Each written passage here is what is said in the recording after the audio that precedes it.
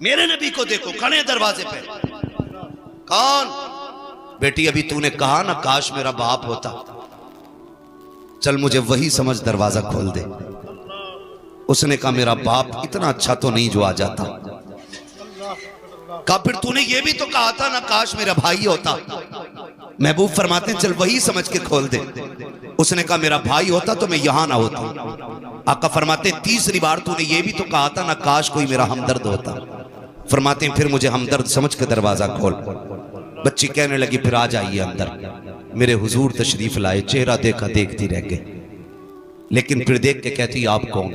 حضور فرماتے ہیں یہ نہ پوچھ میں کون، یہ بتا بیٹی تو نے آواز کیوں دی تھی، روئی کیوں؟ بچی کہتی ہے کیا بتاؤں، 7 سال ہو گئے اس مکان کے اندر. میں 8 سال کی تھی یا 9 سال کی تھی. اس وقت میرا باپ مجھے بازار میں بیچ کے گیا تھا اور یہ مجھے خرید کے لایا تھا. کہتی ہے وہ اچھی عادت والے آج تک مجھ پہ ستم رہا ہے. میں اتنی تھک چکی ہوں کہ اب مجھ سے کام نہیں ہوتا. یہ دیکھ میری عمر 15-16 سال ہے. تجھے نہیں لگتا مجھ پہ بڑھاپا آنے والا ہے؟ اتنی کمزور ہو گئی ہوں. محبوب فرماتے ہیں بیٹی روئی کیوں؟ اس نے کہا محترم سنے تو صحیح بات، یہ کام زیادہ ہے، طاقت نہیں ہے، بیمار ہوں، سر میں درد ہے. آج جب مجھ پہ ستم ہوا مجھے یاد آیا میرا باپ 7 سال پہلے بیچ کے گیا تھا بازار میں.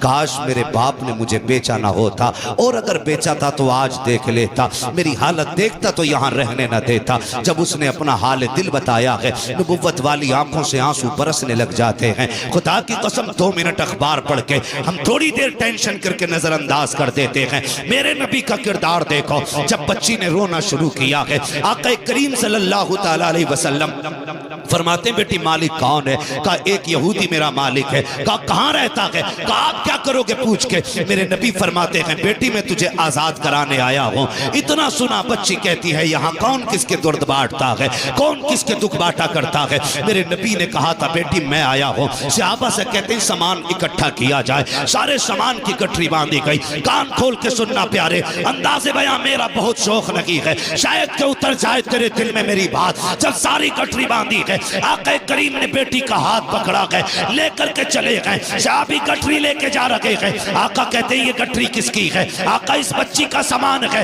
میرے نبی کہتے ہیں لاؤ یہ سامان ہمیں دے دو. کیا کرو گے؟ آقا کہتے ہیں میں اپنے ہاتھ میں لے کے چلوں گا. سرکار غلام حاضر ہیں، ہم لے کے چلیں گے. تب میرے نبی نے کہا تھا یہ میری بیٹی کا بوجھ ہے، مجھے اٹھانے دو تاکہ قیامت تک کل کسی باپ کو اگر بیٹی کا بوجھ اٹھانا پڑے اسے غیرت نہیں آنی چاہیے. نبی کی سنت سمجھ کے بیٹی کا بوجھ اٹھانے لگ جائے. بیٹی کہہ کے آواز دی تھی.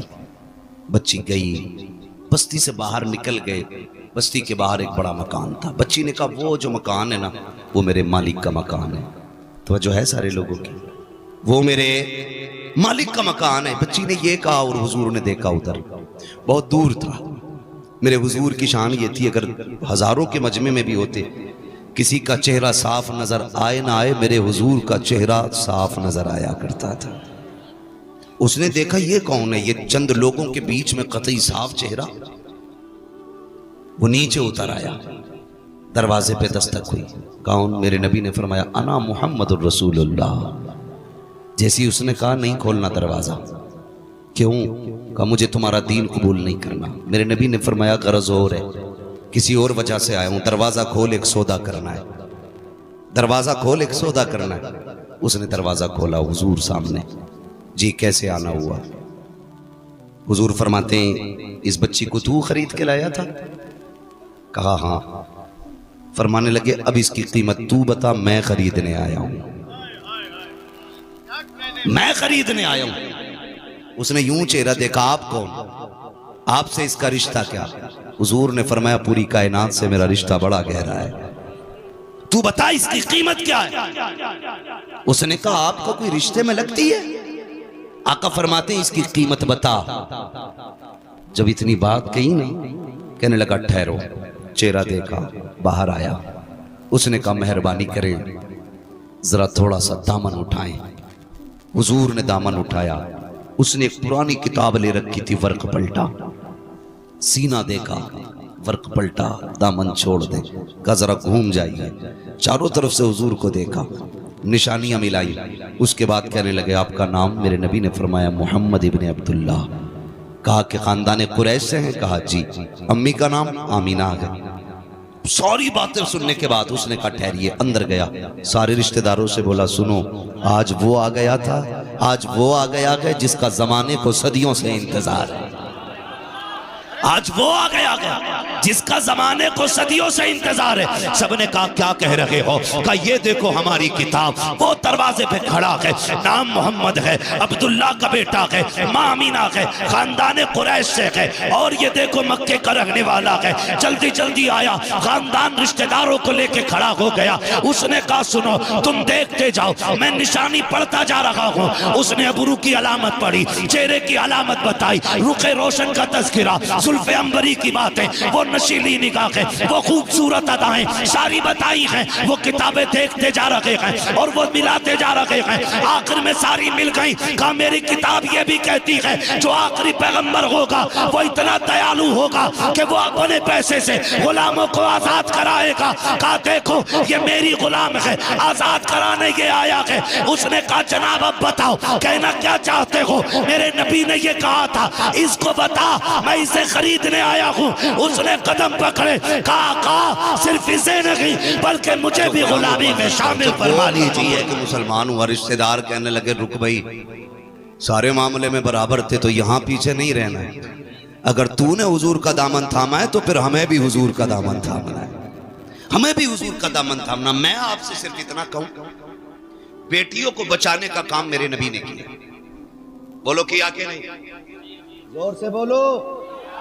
میں کسی کے پیر کی طرفداری میں نہیں، مدینے والے کی طرفداری میں بات کر رہا ہوں۔ کسی کو کڑوا لگے یا میٹھا لگے، میں آئینہ ہوں دکھاؤں گا داغ چہرے کے، جسے خراب لگے سامنے سے ہٹ جائے، مسئلہ ہی کوئی نہیں، سیدھی بات۔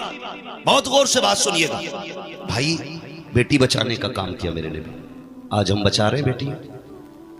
خود سوچے، ایک باپ بیٹی کو پالنے میں بوڑھا نہیں ہوتا ہے، بیٹی کو جوان کرنے میں باپ بوڑھا نہیں ہوتا، بیٹی کو رخصت کرنے میں باپ بوڑھا ہو جا رہا ہے۔ کیا یہ حالات نہیں؟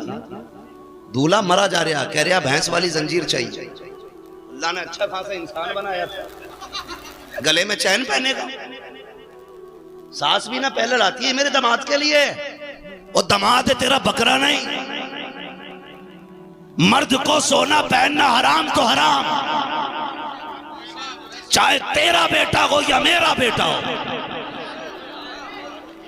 اور کہہ رہی سونے کی انگوٹھی پوری 1.5 تولے کی چاہیے۔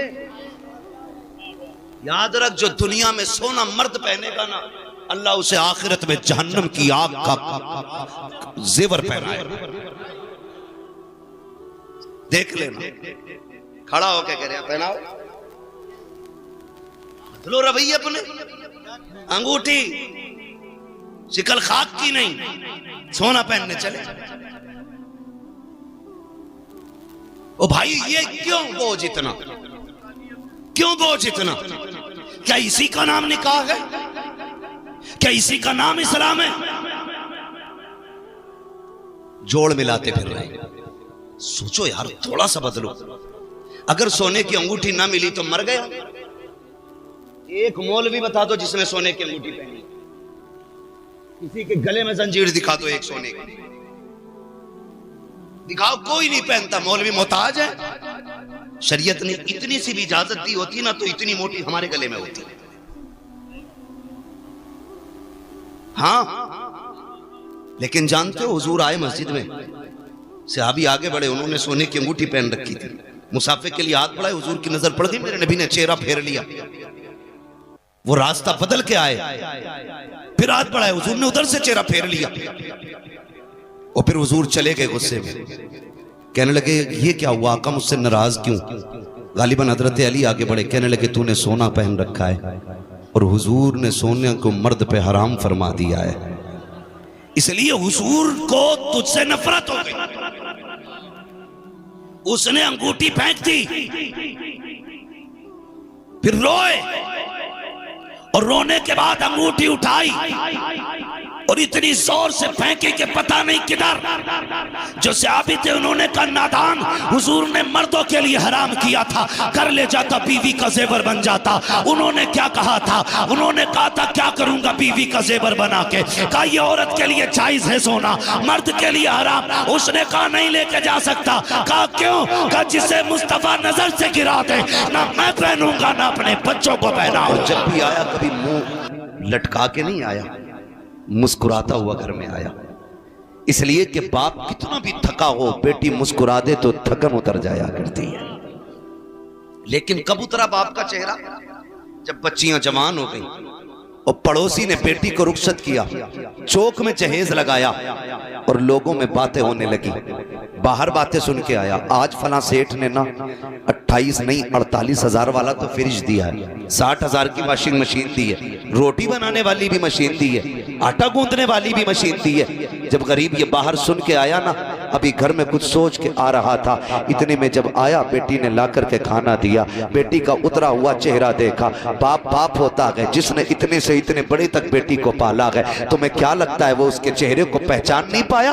جب اس نے بیٹی کا اترا ہوا چہرہ دیکھا، جب بیٹی کے چہرے پہ اداسی دیکھی، اس نے بیوی کو بلا کے کہا جی سنو تو بتاؤ تو صحیح آج بچی کا چہرہ اترا ہوا کیوں ہے؟ میری بیٹی آج کھانا دے کے گئی ہے. اس نے مسکرا کے نہیں دیکھا کہ بات کیا ہو گئی ہے. ماں کہتی ہے جب سے یہ پڑوس میں گئی ہے اس وقت سے چہرہ اترا ہوا ہے. باپ پوچھتا ہے کہاں گئی تھی؟ کہتی ہے فلاں سیٹھ کی بیٹی کا آج نکاح تھا، جہیز رکھا تھا چوک میں، جب سے جہیز دیکھ کے آئی ہے تب سے اس کا چہرہ اترا ہوا ہے. او میرے بھائی تو اپنی بیٹی کو جائیداد اٹھا کے دے دے، سمپتی کے کاغذات دے دے، لیکن تجھے حق نہیں ہے چوراہے پہ رکھ کے جہیز کی نمائش کرے. اس لیے کہ تیرے جہیز کو دیکھنے کے لیے صرف امیر کی بیٹیاں نہیں آتی ہیں، رکشہ چلانے والے کی بھی بیٹی آتی ہے، مزدور کی بھی بیٹی آتی ہے، ٹھیلا لگانے والے کی بھی بیٹی آتی ہے. امیر کی بیٹی دیکھے گی، دیکھ کے کہہ دے گی کہ مجھے فلاں جہیز چاہیے. امیر تو شرط پوری کر دے گا، لیکن غریب کی بیٹی جب جہیز کی کثرت دیکھتی ہے اپنے باپ سے کچھ کہہ نہیں پاتی ہے. اسے پتا ہے میرے باپ کی کمائی 500 روپے ہے، 300 روپے ہے، اس میں اتنے شوق کیسے پورے ہوں گے؟ اور تمہیں خدا کا واسطہ جہیز سجا کے مت دو، چھپا کے دے دو. اگر کسی غریب کی عزت